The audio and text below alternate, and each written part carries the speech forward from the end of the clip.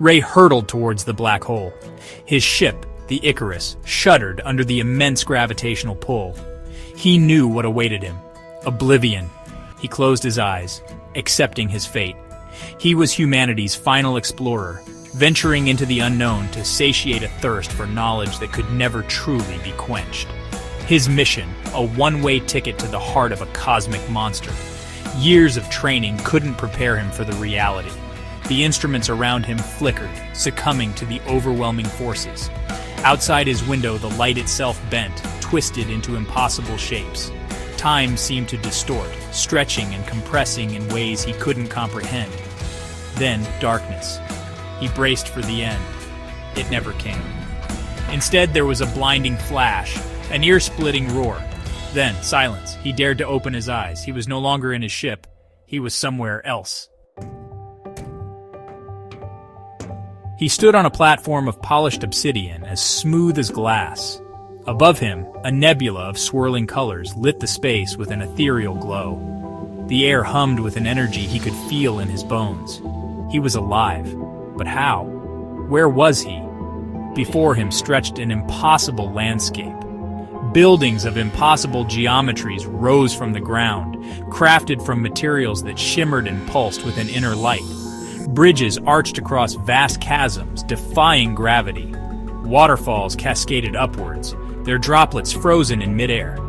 He was in a city, but not one built by human hands. This was something else, something beyond comprehension. It was then that he noticed the exhibits. The exhibits were everywhere. Encased in shimmering bubbles of energy, they floated in the air or rested on pedestals. Each one held a scene, a snapshot of a moment in time. A planet consumed by fire, a civilization reaching for the stars, a creature of pure energy dancing across a supernova. These were not mere recreations. They were real. He could feel it. He reached out and touched one of the bubbles. Images flashed through his mind. The smell of ozone, the feel of alien wind on his skin, the taste of strange metallic air. He recoiled, overwhelmed. He was in a museum, but this was no ordinary museum. It was a repository of memories, a testament to the rise and fall of countless civilizations across the universe. And he was trapped inside. He wandered through the museum, each exhibit a window into a lost world. He saw empires rise and fall, witnessed the birth and death of stars. There were creatures of pure energy, beings of living metal, sentient plants that spanned entire planets. Each exhibit told a story, a silent song of existence and extinction. In one exhibit, he saw a species that communicated through music, their emotions woven into complex symphonies. In another, a race of beings who had transcended their physical forms, existing as pure consciousness within a vast, interconnected network. The sheer scale of it was staggering. It spoke of a universe teeming with life, filled with endless possibilities. Yet, there was a sadness here too, an undercurrent of loss. For these were not just stories of triumph, they were also stories of failure, of civilizations that had reached for the stars, only to fall back into dust. Section 5. The Mirror of Humanity. He stopped before an exhibit that made his breath catch in his throat. It was Earth, but not the Earth he knew.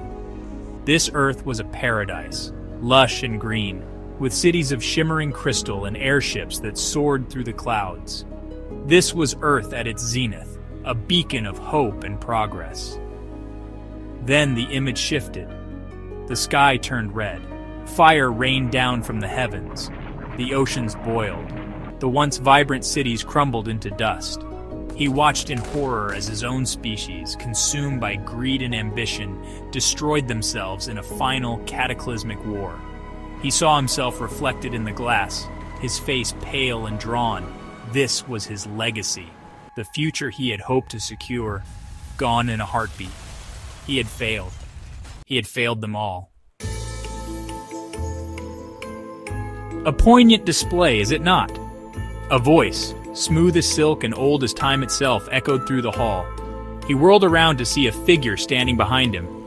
It was vaguely humanoid in shape, but its body seemed to be woven from the fabric of space itself, stars swirling within its form. Its eyes, vast and ancient, held the wisdom of 1,000 universes. "Who are you?" Ray croaked, his voice hoarse. "I am the curator," the being replied, "the collector of stories, the keeper of time." It gestured around them. "This museum is my creation, a testament to the beauty and fragility of existence." "Why am I here?" Ray asked, his voice barely a whisper. "You, Ray, have seen what lies beyond the event horizon," the curator said, its voice a low hum. "You have touched the face of infinity. You carry within you the knowledge of 1,000 dying stars." "But why?" Ray cried out. "What good is knowledge if there's no one left to share it with?" The curator regarded him with ancient eyes. "Knowledge is its own reward," it said softly. "It is the foundation upon which all else is built. Even in darkness, even in silence, it endures." "You have a choice," the curator continued, its voice soft as stardust.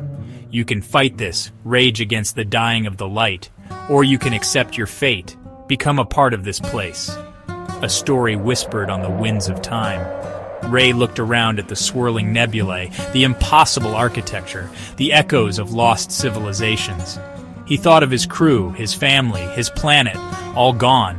He thought of the knowledge he carried, the stories he held within his heart. What was the point of fighting? What was the point of anything? He was a ghost, adrift in a sea of memories. He was a story without an ending.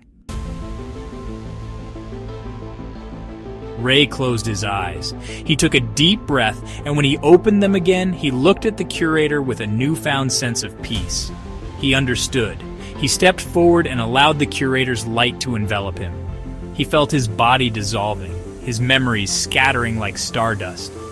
He was becoming a part of the museum, another exhibit in this cosmic tapestry of existence. The museum at the end of time stood silent, a testament to the rise and fall of countless civilizations. It was a place of sorrow and wonder, a reminder of the beauty and fragility of life itself. And within its shimmering walls, Ray's story, like a whisper on the cosmic wind, would echo for all eternity.